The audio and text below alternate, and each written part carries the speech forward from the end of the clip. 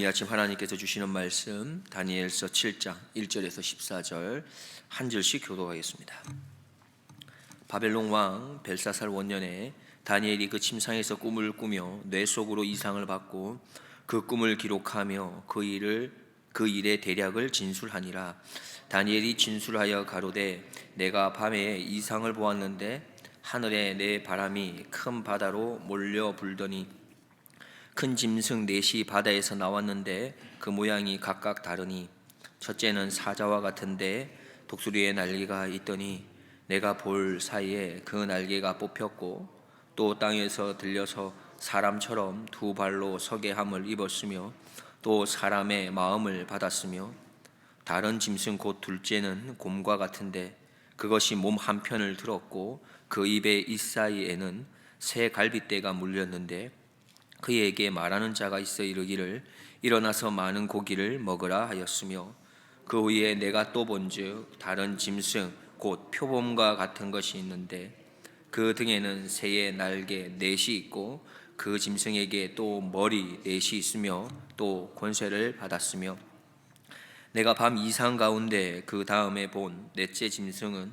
무섭고 놀라우며 또 극히 강하며 또 큰 철이가 있어서 먹고 부서뜨리고 그 나머지를 발로 밟았으며 이 짐승은 전에 모든 짐승과 다르고 또 10뿔이 있으므로 내가 그 뿔을 유심히 보는 중 다른 작은 뿔이 그 사이에서 나더니 먼저 뿔 중에 셋이 그 앞에 뿌리까지 뽑혔으며 이 작은 뿔에는 사람의 눈 같은 눈이 있고 또 입이 있어 큰 말을 하였느니라. 내가 보았는데 왕자가 놓이고 옛적부터 항상 계시니가 좌정하셨는데 그 옷은 희기가 눈 같고 그 머리털은 깨끗한 양의 털 같고 그 보좌는 불꽃이요 그 바퀴는 붙는 불이며 불이 강처럼 흘러 그 앞에서 나오며 그에게 수종하는 자는 천천히요 그 앞에 시위한 자는 만만이며 심판을 베푸는데 책들이 펴 놓였더라.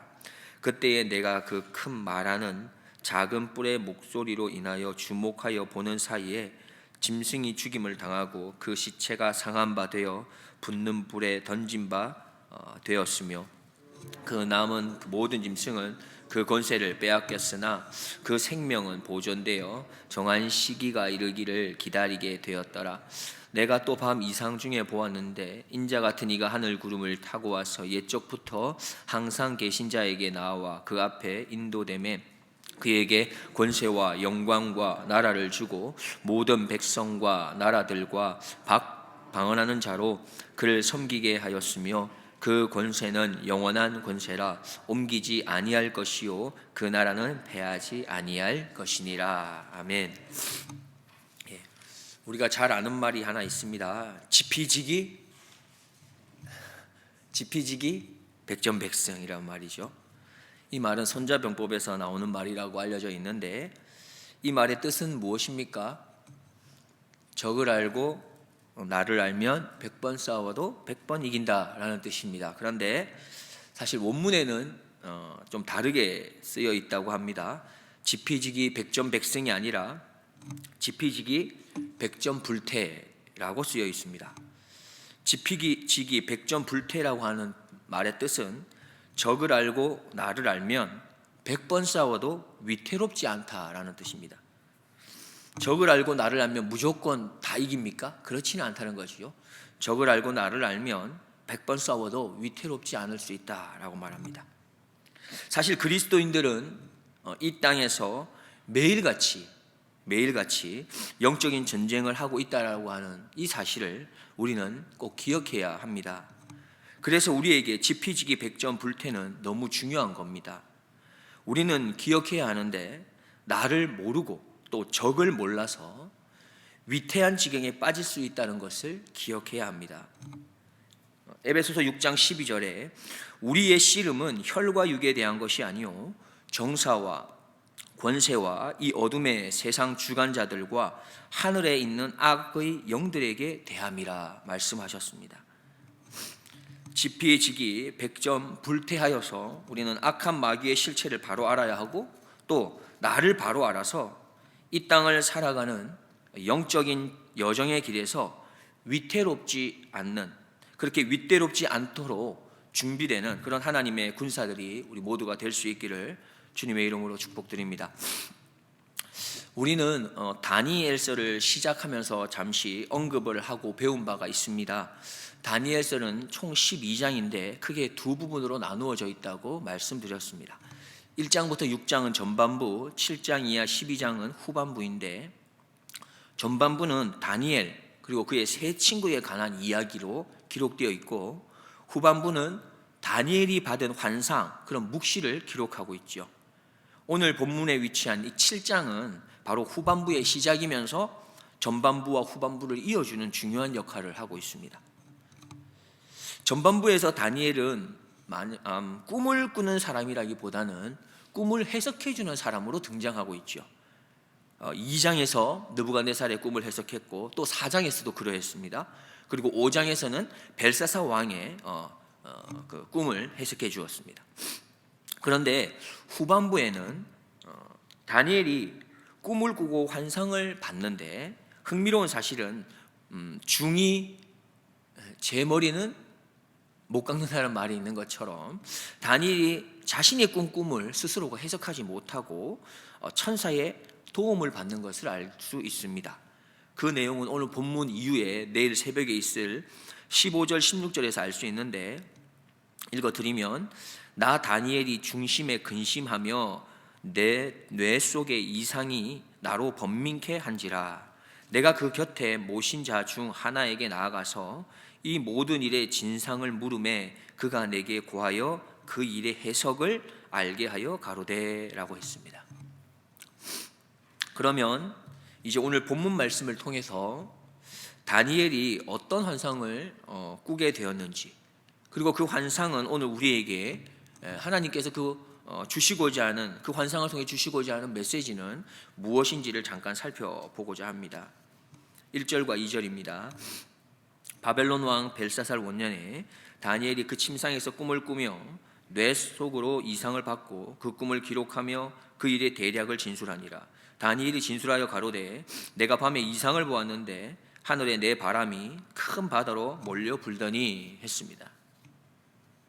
벨사살 왕 원년에 다니엘은 밤에 환상을 봅니다. 하늘에 내 바람이 큰 바다를 휘젓는 것을 보았는데요, 여기에서 하늘의 내 바람은 결국 동서남북을 가리킵니다. 즉 온 세상에서 거대한 바람이 불어온 것이지요. 그리고 그 바람이 바다를 뒤흔들었다고 했습니다.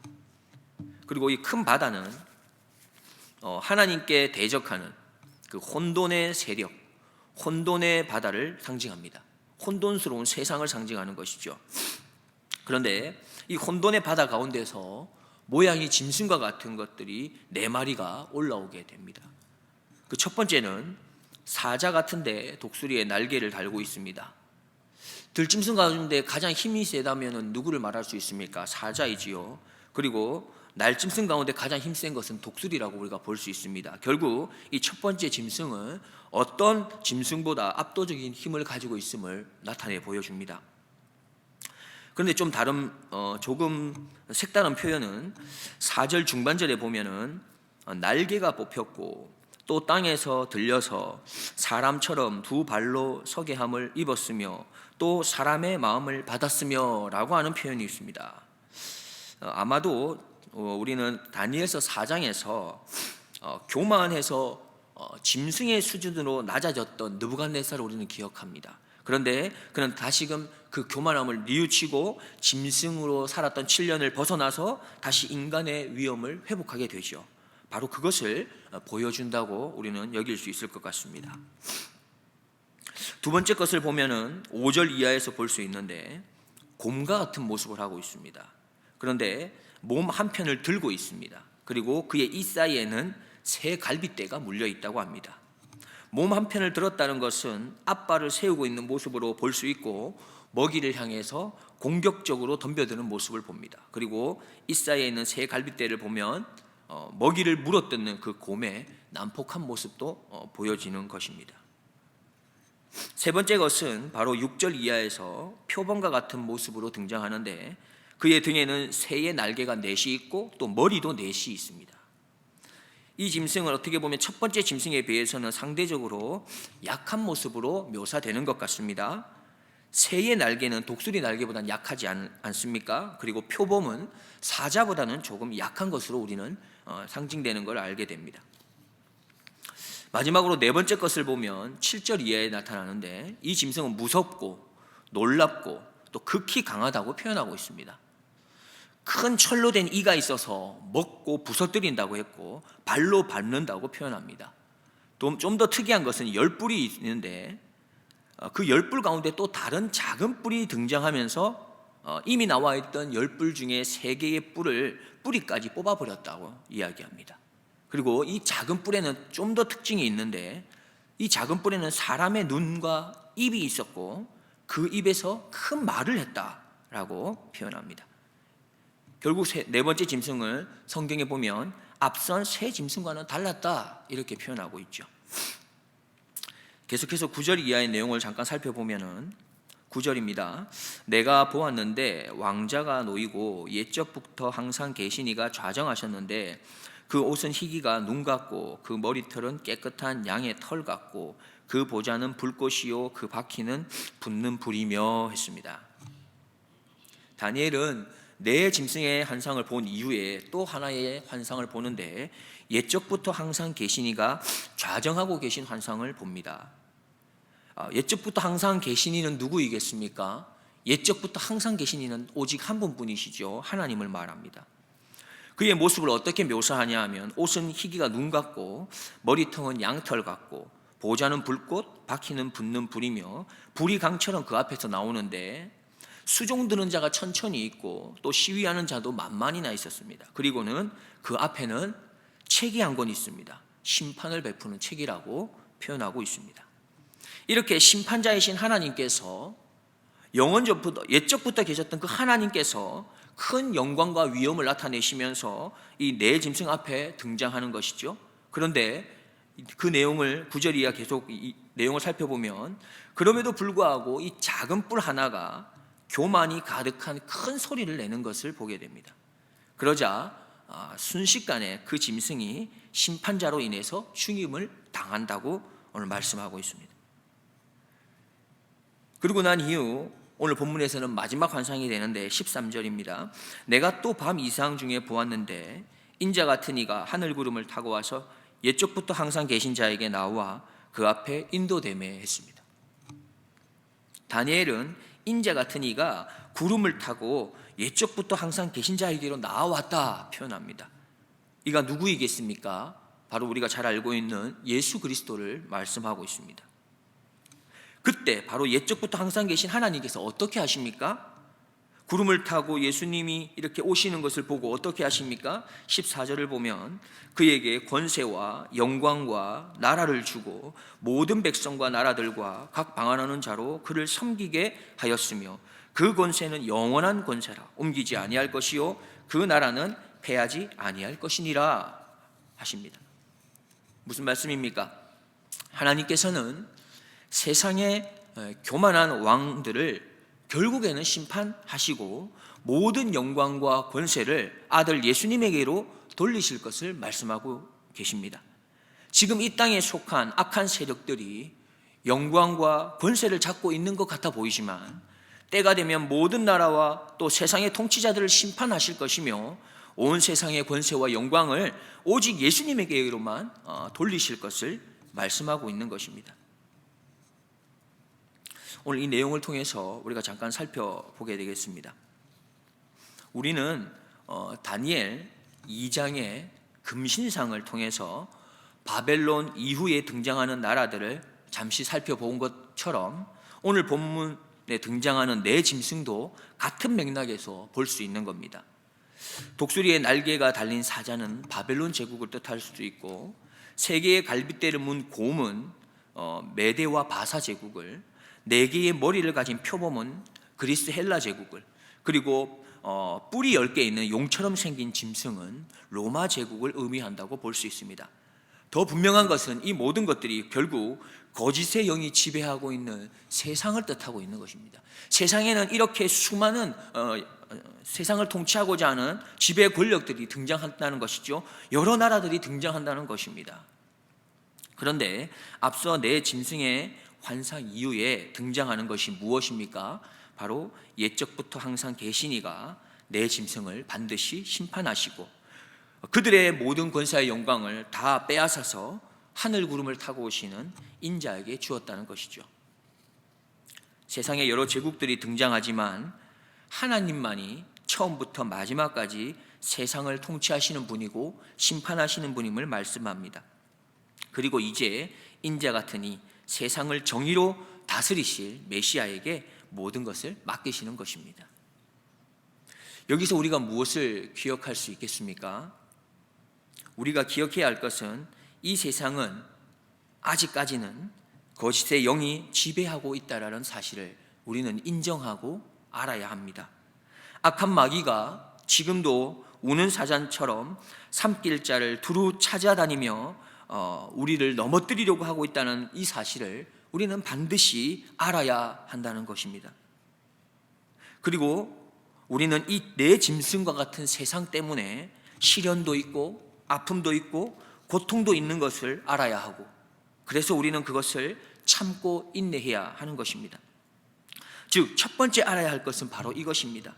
악한 영들이 아직도 마지막 힘을 다해 우리를 넘어뜨리기 위해 우는 사자처럼 산길자를 찾고 있다는 것입니다.